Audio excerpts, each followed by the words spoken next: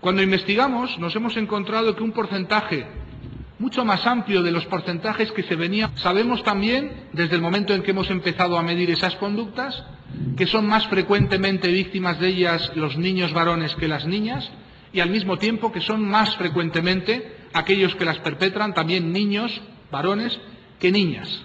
Esto es un dato que pertenece también no solo a nuestra investigación, sino a otros estudios que comparativamente podemos presentar en el ámbito internacional y que señalan el mismo efecto. Si pudiéramos dibujar o presentar una imagen metafórica para representarnos lo que es este fenómeno de la violencia escolar, piensen ustedes en una especie de iceberg, una montaña de hielo donde solamente un pequeño porcentaje queda a la vista de todos, en torno a un 10%, que son esas violencias más evidentes, más físicas, esas agresiones, diríamos, que dejan rastro, que dejan huella, que dan lugar a partes de lesiones, que dan lugar a un gran revuelo en el ámbito educativo y a una intervención inmediata de los adultos para rápidamente proteger a estos niños víctimas de estas violencias más evidentes y más físicas.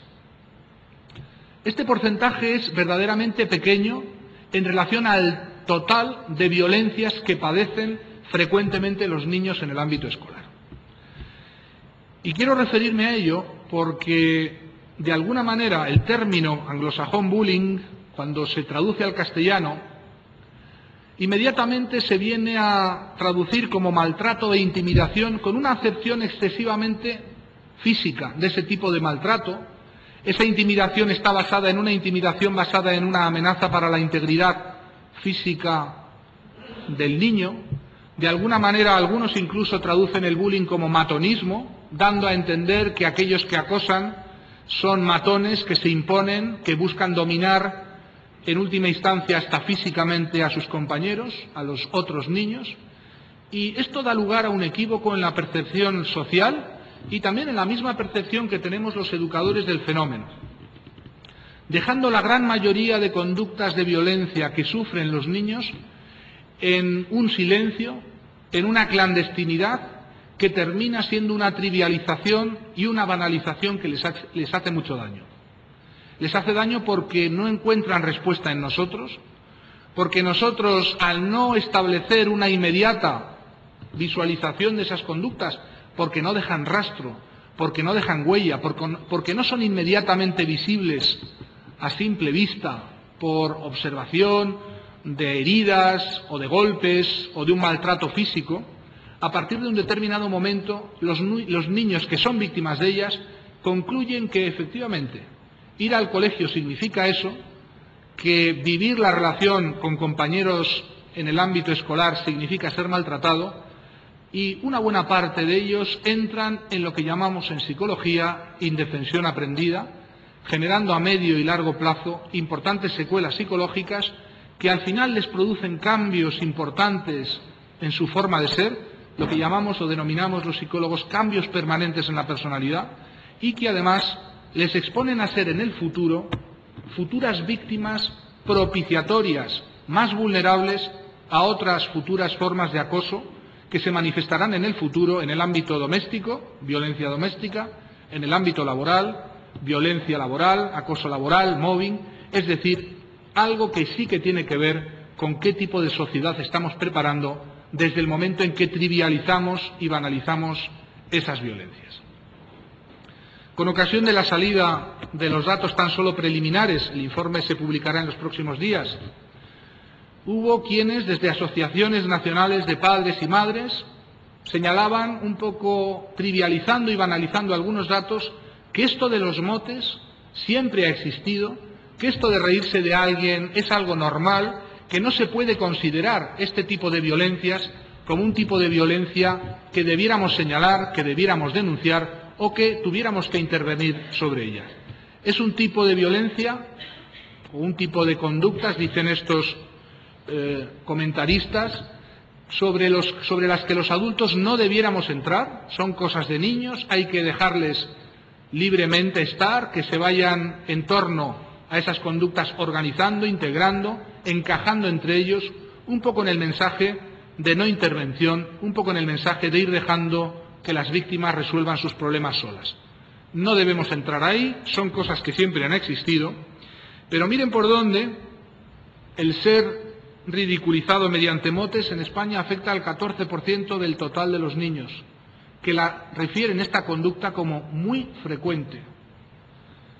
El ignorarle o el no hablarle afecta al 11% de los niños. El reírse de él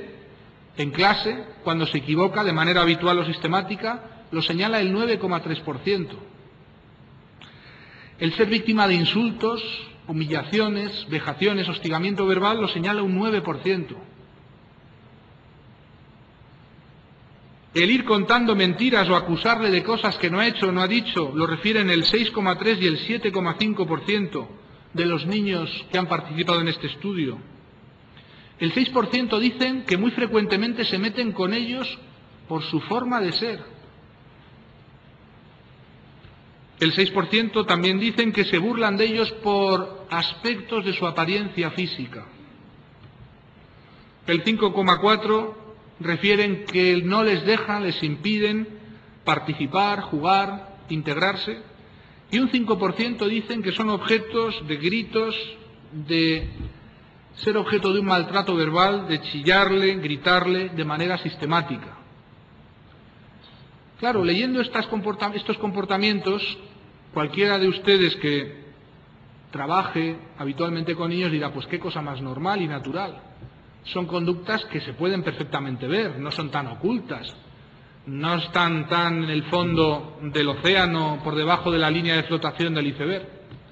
Lo que hemos podido observar es que desde las primeras, por supuesto, hasta las últimas conductas en cuanto a frecuencia,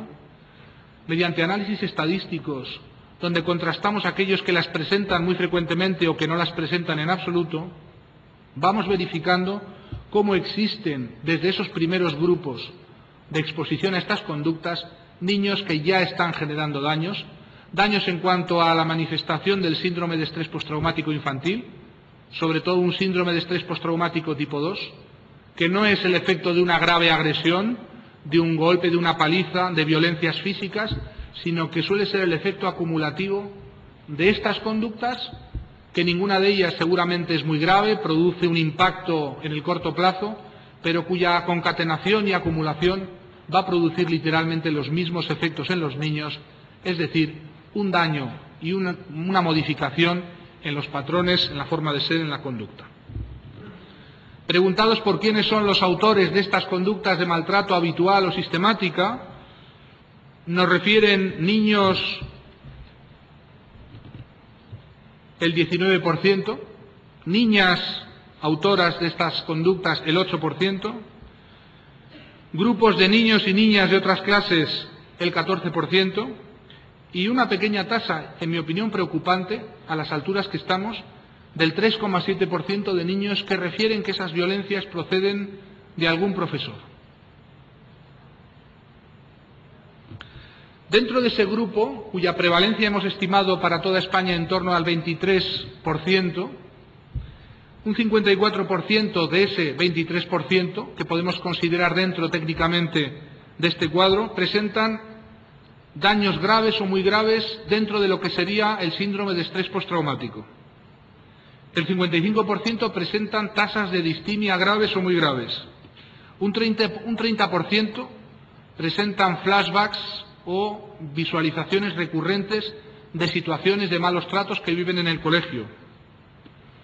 Un 38% presenta un indicador severo de autodesprecio y modificación del autoconcepto. Un 57% presenta una disminución significativa en su autoestima. 43% presentan indicadores graves de ansiedad. 55% somatizaciones. Son datos que proceden de este grupo especialmente expuesto a estas conductas frecuentes, reiterativas y sistemáticas de acoso escolar.